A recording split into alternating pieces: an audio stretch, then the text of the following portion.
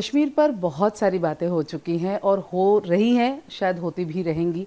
और इस पर कई बार बड़े पर्दे पर, छोटे पर्दे पर इसके काफ़ी सारे डिबेट्स भी हुए हैं। बहुत सारे फिल्मों के ज़रिए इनके इश्यूज दिखाए गए हैं। और अब कश्मीरियत, ये जो एकदम यंग टैलेंट है हमारे captain of the ship Divyansh, उन्होंने एक फ़िल्म बनाई है, बहुत प्यारी है। मैंने फ़िल्म देखी है कल, एंड आई थॉट आपने कन्वे किया है जो आप कहना चाहते थे। मैं मैम पे तो आऊँगी, पहले आप बताइए Divyansh, thought behind. Yes, of course. First of all, thank you so much that it got conveyed to you, and I'm glad that you liked it.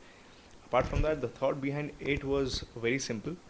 Um, it was not just one aspect of it, but several aspects. Um, वहाँ के लोग, the brainwashed youth, वहाँ की सेना, हमारी सेना, and of course, how can Kashmiri पंडितों के बिना कश्मीर है ही नहीं, जो वहाँ से निर्वासन, विभाजन. So yes, that part is very much, we have it's a very integral part of our film, the angle of Kashmiri Pandit, their genocide and ethnic cleansing. So the whole idea was to tell a story that कुछ लोग हैं कश्मीर में भी जो शायद जैसे पत्थर मारते हैं आर्मी पर, उनका बैकड्रॉप समझना, वो बताना जो जस्टिफाइड नहीं है, लेकिन कैसे सिर्फ एक ही नैरेटिव है जो उन तक भी पहुंचाया जाता है, जो दुनिया तक पहुंचाया जाता है. So the whole idea was कि जो एक पर्सपेक्टिव जो एक प्रोपेगेंडा के थ्रू चलाया जा रहा है, Kashmir is a lot more than that. And specially international media में जो जिस तरह के आर्टिकल्स आते हैं, और हमारे यहाँ पे जो कुछ हैं एजेंडा ड्रिवन, उन लोग जिस तरह से हमारी इंडियन आर्मी को जिस तरह से पोर्ट्रे करते हैं, it's a very small part of something which is really big and amazing. And thanks to Article 370 that we are hoping that things will get a lot better now. And जब कश्मीर की बात होती है तो कश्मीर की बात जब होती है तो कश्मीरी पंडितों के बिना तो बात खत्म हो ही नहीं सकती. I'm glad finally people have started to talk about it, and there has been no film till date. Of course, I'm very young right now. I'm trying to get there. Through my medium, that was short film. I really thought that I should say something that has never been said, at least in mainstream cinema. Never. So I thought, audience तो वही है. The only difference is internet पे है. Box office नहीं. और 26 minutes में I wanted to convey a lot of things. The sponsored terrorism in Kashmir, the misguided youth, our community that we have faced, Kashmiri Pandits, and our army. Yes. सो जो centre of emotion मुझे लगा कि मैं जहाँ आकर के रुक गई बिल्कुल, वो था जरीना जी का किरदार. I know you are fabulous, you have been and you are fabulous actor ma'am. आप जब भी कोई काम करती हैं बहुत ही शिद्दत से, और वो पर्दे पर दिख जाता है. जो एक माँ जो अपने बेटे से बात कर रही है और वहाँ पर उसे अपना नाम बताना पड़ रहा है, tell me about that emotion. या ये सीन मेरा भी फेवरेट है. जब हम लोग कर रहे थे, एक फ्लो में कर दिया, वो पूरा सीन एक शॉट में हमने किया, क्योंकि ब्रेक करके करेंगे तो वो इमोशन ब्रेक हो जाता है. तो जब वो कहती है अपने बेटे से, मैं I don't want to tell कब क्यों कहती है, तो अपनी माँ का असली नाम तो लिखता है. It was very touching. हाँ, वेरी टचिंग. मुझे बहुत अच्छा लगा जब मैं कर रही थी.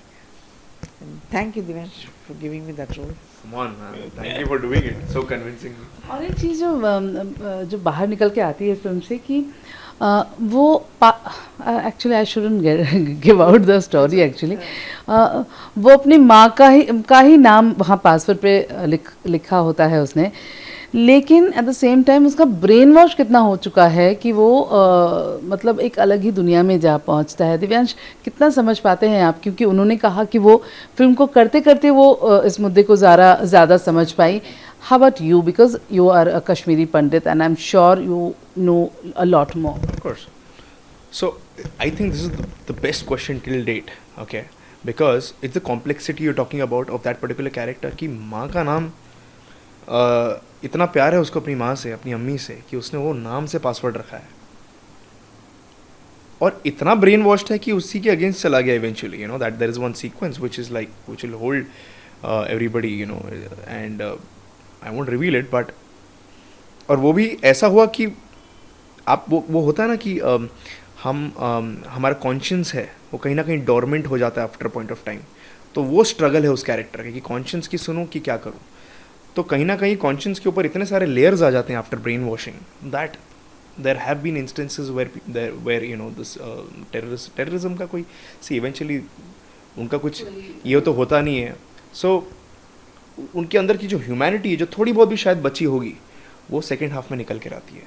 और ब्रेन वॉशिंग तो रिलीजन के नाम पर होता है, ज़मीन के नाम पर होता है, अलग अलग नाम पर ब्रेन वॉशिंग होती है। और फिर जिस तरह के ख्याली पुलाव बताए जाते हैं और जो जुनून पैदा करवाया जाता है, it's unbelievable, it's unbelievable. Still the fight is on. I mean अभी मैं थोड़ी देर पहले आ रही थी and I got to know that you know वहाँ पे फायरिंग हो रही है।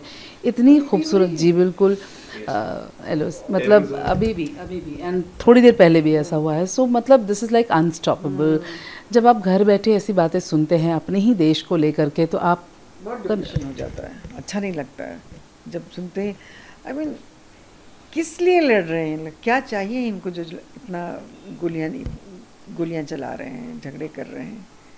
What are they going to gate?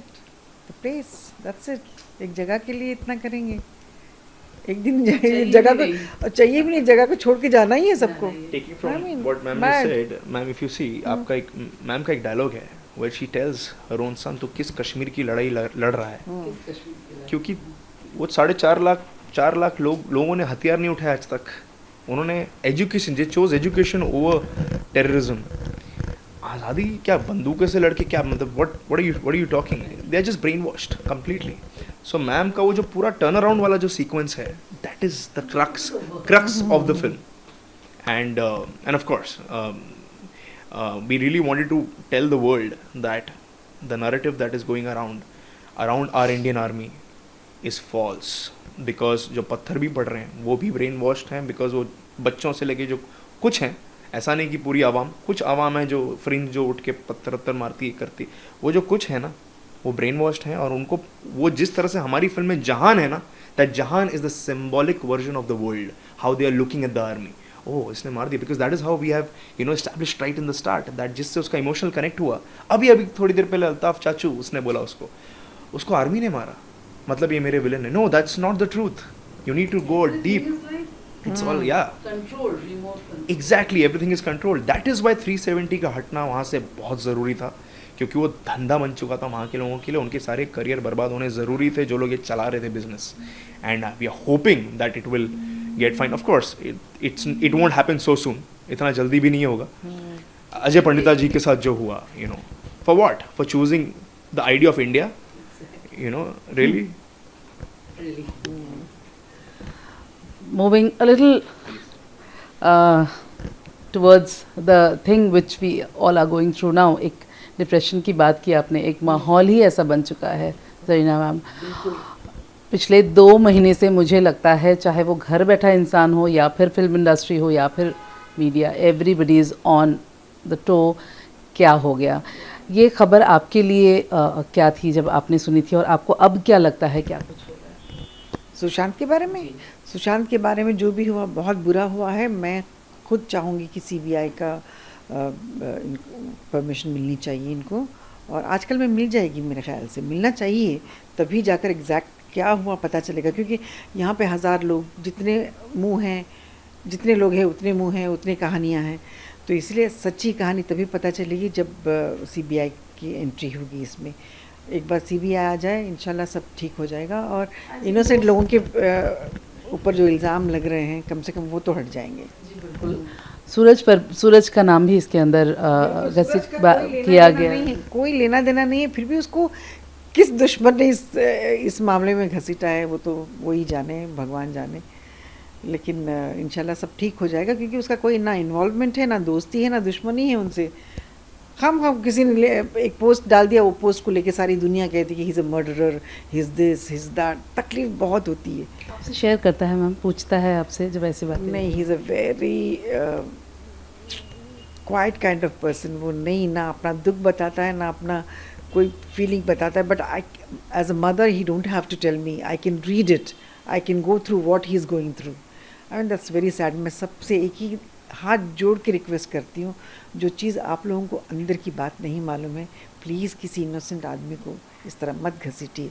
आप लोगों के इस तरह के बयानों से अगर वो कोई गलत कदम उठा लेगा जो कि बेकसूर है, क्या आप ऊपर वाले को मुंह दिखा पाएंगे? प्लीज़ ऊपर वाले से डरिए।